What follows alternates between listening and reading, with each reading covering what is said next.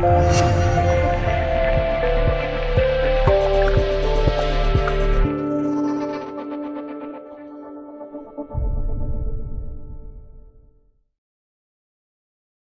源公众号皆大欢喜。现在的我们一到夏天就热得受不了，在室内有空调，出门车里有空调，仿佛离开了空调，这个夏天就活不下去。20年前的夏天，还记得我们是怎么度过的吗？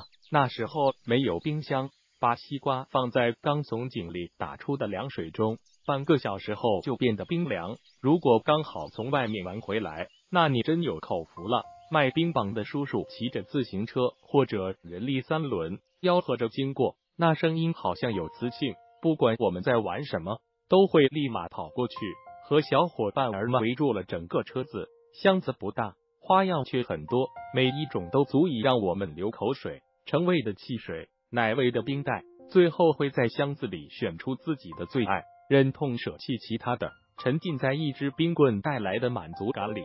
可爱的娃娃头，各种奇形怪状的小冰水，偶尔奢侈一下喝健力宝，瞬间变身土豪，引来所有人羡慕的目光。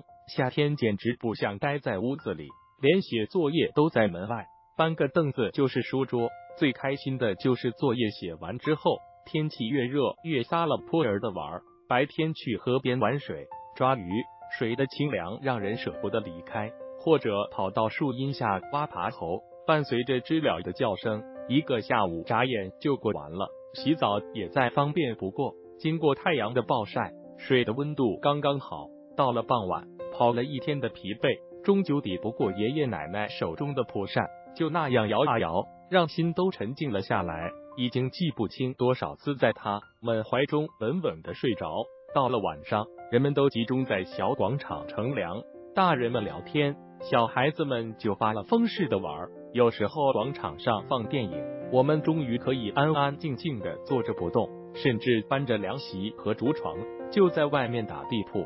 最重要的是可以听故事，第一次听《牛郎织女》就是在那时，担心蚊子咬，就呈上这款最经典的蚊帐。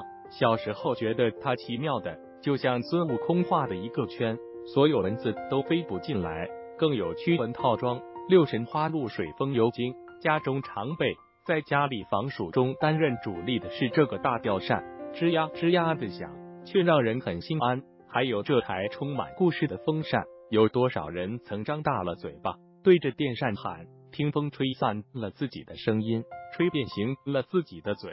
有多少人曾对着风扇体会电视中那长发飘飘的感觉。无论田间还是地头，都充满了我们的欢声笑语。那年的夏天没有空调，可我们很开心。7岁那年抓住了一只蝉，便以为抓住了整个夏天。记忆里童年的夏天，至今让我多么的怀念。